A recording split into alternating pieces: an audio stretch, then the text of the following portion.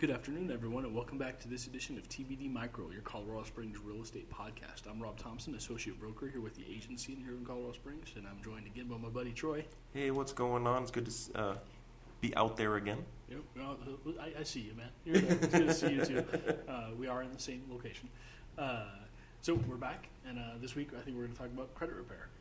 Yeah, absolutely. I thought it was a really timely topic, and this is really not a joke at all. You can literally save tens of thousands of dollars if you do it the right way and in a timely manner to be able to purchase a home, being able to purchase earlier than expected, and also to save on some of that interest later on down the road because of the higher interest rate. So I'm really excited to present this. It sure can, and there are, before not to go too far into the topic, there are some scams out there too, people that prey on the idea of credit repair and stuff. So you can save money that way too by talking to a reputable person like Troy.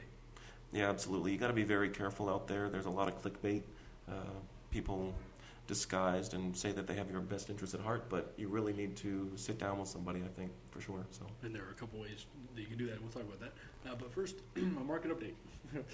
There are 2,000, as of about 90 seconds ago, there are 2,368 homes in the MLS for sale. 2,140 of them are single-family homes.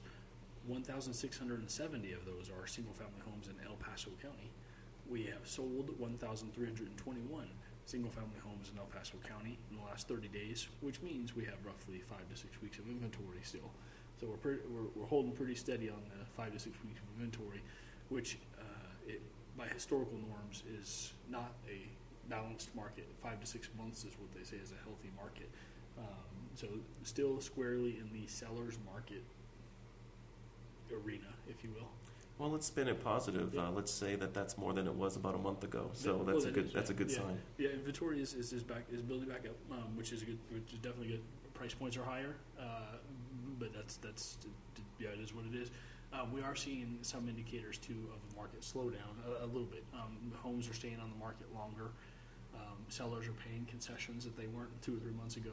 So very, very interesting. Still a hot market, and it's just, I think, market sentiment and market reality are catching back up a little bit.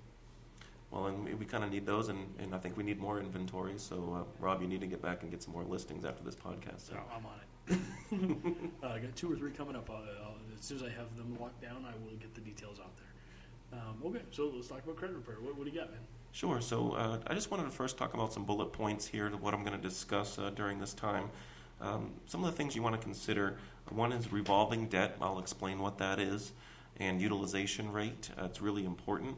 We're going to talk about establishing credit a little bit, and we're going to talk about derogatory credit items that would be on your credit report and what you should do and what not to do on those, and how you can get a free credit report. So those are the 4 bullet points that we're going to be discussing today.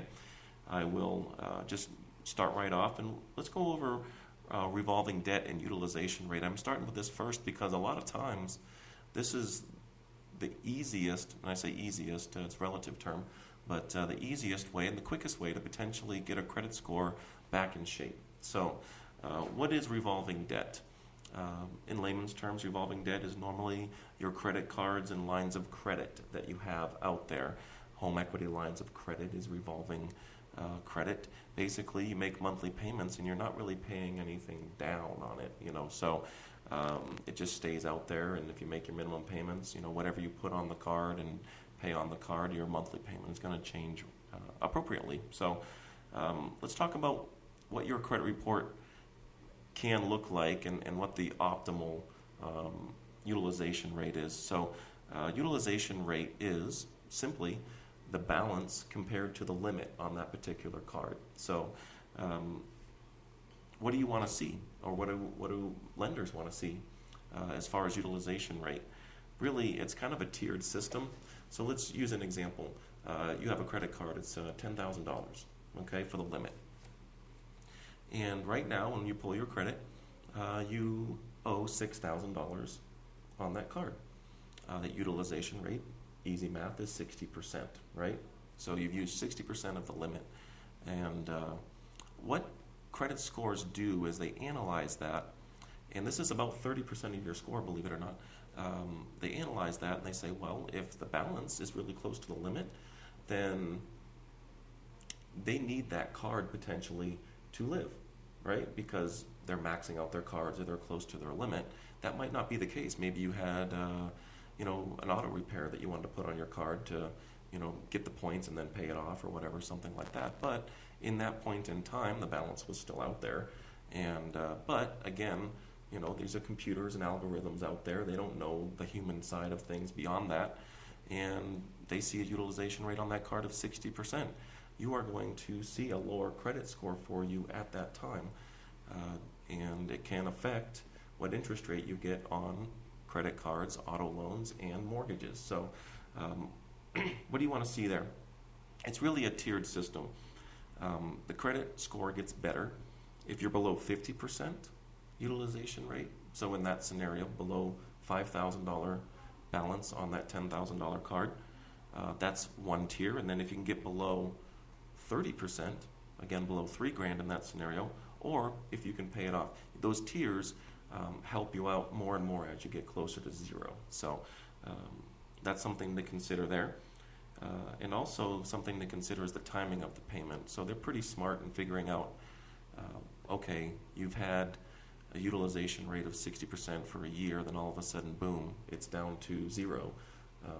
Is that sustainable, right? So they look at that, they put that into the calculation and figure it out. So ultimately speaking, you want to use a card sparingly but pay it off each month. You want to show a history of that 0% in the optimum world, 0% utilization rate. So that is the first thing that you can do that is super easy. Now, do you want to pay down those debts to qualify and get a better score? Absolutely. But an even better option is to pay that down and then over time continue to make a small purchase and pay that down each month to show that that's what you do all the time, if that makes any sense. So, That makes sense. Yep. So that's the first thing that you can do. Should you close any revolving debt? So some people get advice that they have a credit card out there. You have too many credit cards, close them. Well, the answer is I would say the majority of the time the answer is no. And the reason why is because you've established that credit and you've shown usually a good history on that. And if you close that card, they look at that utilization rate for all of your revolving debt, right? So if you had a zero balance and that was an established card and you closed it, if your total utilization rate was 30% at the time, but then you closed that card and it jumped to 60% of all of your credit cards, then your score is going to go down. So you got to be careful. So, do you ever wish for the days of trading hay and barley for labor? It's a much simpler time back then. Yes. No, I get what you're saying. It's so interesting to me, the dynamics and our credit worthiness world and how it all revolves around that, from everything from buying a house to the deposit required for turning on utilities. It all factors in. That's right. And so there's so many moving parts to this. There's a million moving parts on the credit side, and you've got a bunch of other things to consider. So, and the other question that I get a lot is, should I open any new cards? And the answer is maybe. So I don't want to get into the details and the weeds on it, but what I would recommend is, getting with somebody that has some experience. I am a certified credit counselor, and been doing it for quite a while, for 5 years now, and I really come up with a roadmap for folks. So I would say talk to someone first, and if they're reputable, follow their plan, and you'll be in good shape. But don't just haul off and get new cards right away without talking to somebody. The other question I get a lot is, should I increase the limit on my existing cards? So again, this goes back to that utilization rate. So if you had a $10,000 limit and a $6,000 balance, there's two different ways to combat that utilization rate. You can either pay down the card or increase your limit. Believe it or not, increasing your limit is a lot of times a positive thing. Even though you've got more ability to borrow, what the credit score looks at is, it says, well, this credit agency says you're worthy of getting a bump on your limit, And you can, if they do a $13,000 limit, instead of having to pay that $6,000 down, you have changed positively your utilization rate by increasing your limit. So again, don't do that right away. Talk to somebody, but a lot of times that's a positive thing, believe it or not. So those are the things that I kind of wanted to talk about as far as utilization rate. A lot of times what I get is I run credit, and they don't have any established credit, right? They don't have any credit cards, and from a human mindset, I like that. I mean, I think it's really good to not have to count on credit cards to live, right? You would think that would be a positive for the mortgage industry and for lending in general, but the answer is there's nothing to hang your hat on. There's nothing out there that says you're going to make your payments on time, so that's really difficult. So what we also do is talk about establishing credit. How quickly can you do that to be able to get that score? And so what I recommend is potentially a couple different approaches. One is getting secured credit cards. What is that? A secured card, instead of calling whoever and saying, can you get me a credit card, what you are doing is you're providing the collateral. Let's say you've got $300 in your savings. You go to the bank and you say, here's $300, please get me a secured credit card. So you are providing the collateral instead of the bank to lend and to use that credit card. So what it does is, even if you have bad credit, they will do that because there's no risk. It's not their money, it's yours. So if you have maybe some wrinkles in your credit and you can't get a credit card through a normal way, secured credit cards are a great way to establish credit and to get that ball rolling on taking care of it. Now, another question I get is, how long do I need to do that? Well, the answer is depends. So sometimes I recommend people getting 2 credit cards, and we need 6 months before we can do something there. Sometimes it's a year. Again, it depends upon the individual. So the other option, and this is a really quick option that I've done quite often, is if there is somebody willing, let's say your spouse has an established credit, but you don't. If they are willing, they can make you an authorized user or a joint owner on that credit card that they have that is established. And as soon as you do that, the credit that is established automatically gets credited to the individual account that didn't have established credit. So when you pull the credit report 3 to 5 business days down the road, all of the history that comes along with it, if they've had that card for 2 years, now it looks like that individual that got added onto that card has had that credit card for 2 years. So it's almost instantaneous, which is great. That is great. Well, so that really kind of talks about establishing credit if you need to do that. One other thing I wanted to discuss was derogatory credit items. You had some late payments on some stuff, right? What do you do then? Well, there's a couple different things that you can do. Let's say you have some collections out there that you want to negotiate. Collections are, at least on your credit report, they might be fraudulent, but they might be real, where some type of creditor says you owe them money and they've filed for a collection. They want a collection agency has taken over that debt, and they are, contacting you to get paid. So what you can do is a pay for delete letter. Okay, what that is it's and I do have some examples at my office that I can help out with. They allow and send a letter through snail mail. Don't do email, don't do online, even though there's a possibility to do that.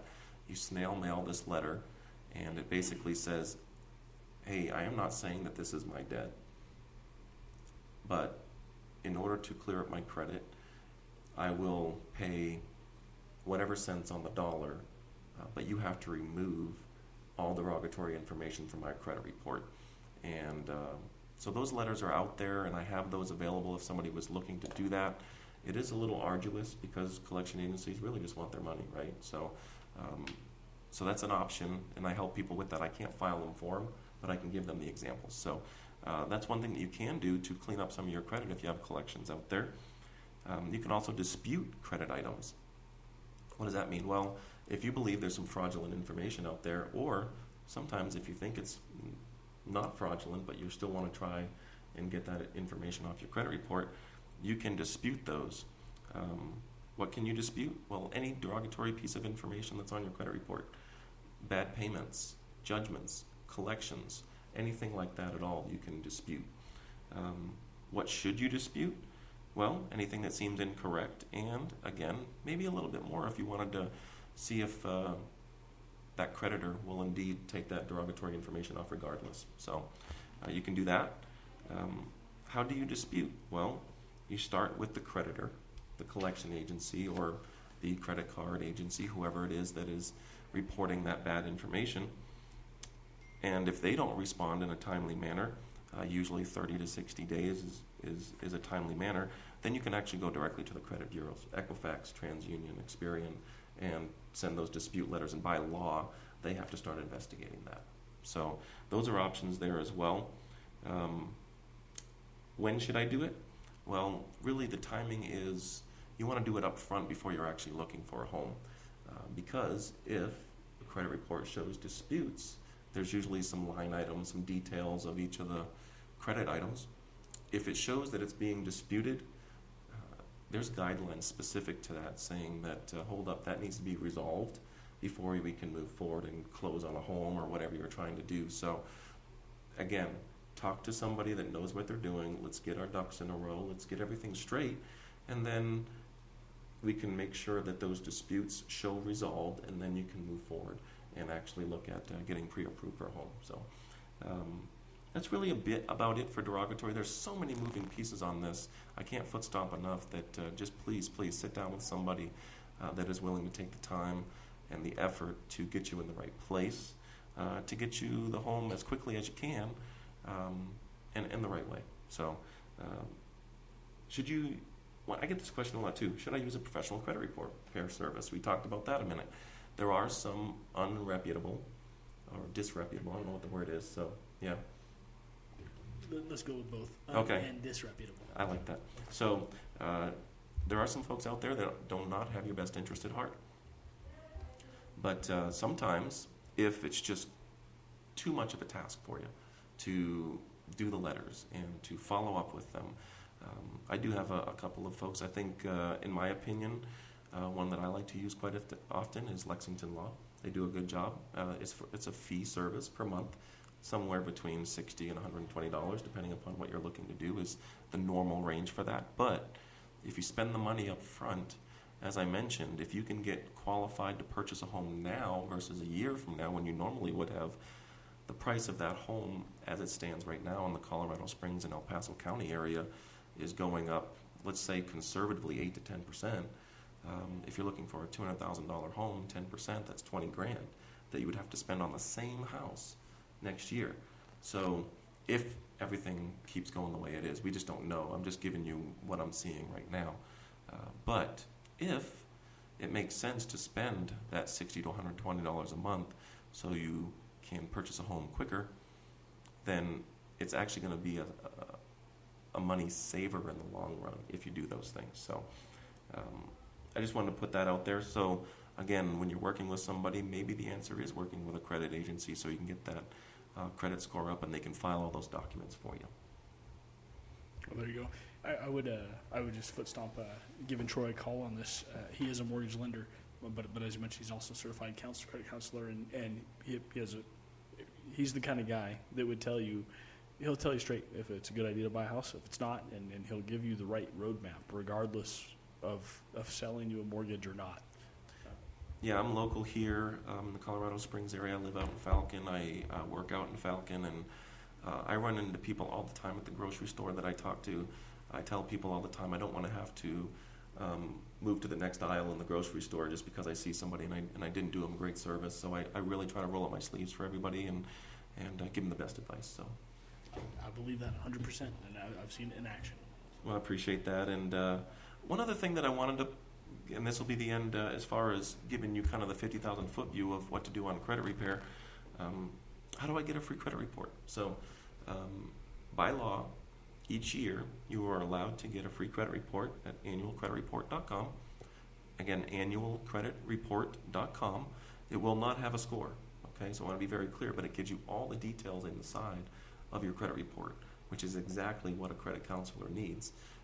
Now the score is important, don't get me wrong, but you can do some of the other Credit Karma, Credit Sesame, that gets you kind of a nice range. It won't be perfect, but you can look at both of those items and kind of get an idea of where you stand credit-wise.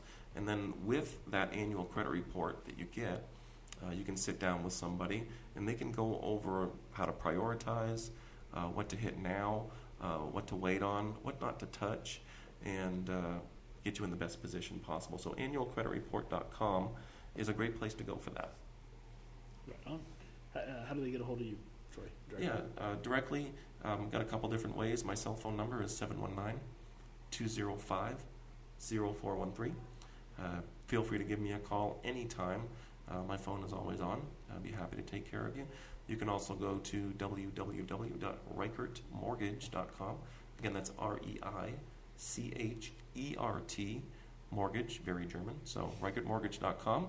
And you can see some information out there, some blogs, and what we kind of hang our hat on out there. So, right on. Well, thank you for your time. And again, if you have any credit questions whatsoever, feel free to give Troy a call. Very cool. Thanks so much, Rob. Appreciate you. Thanks, man. Bye.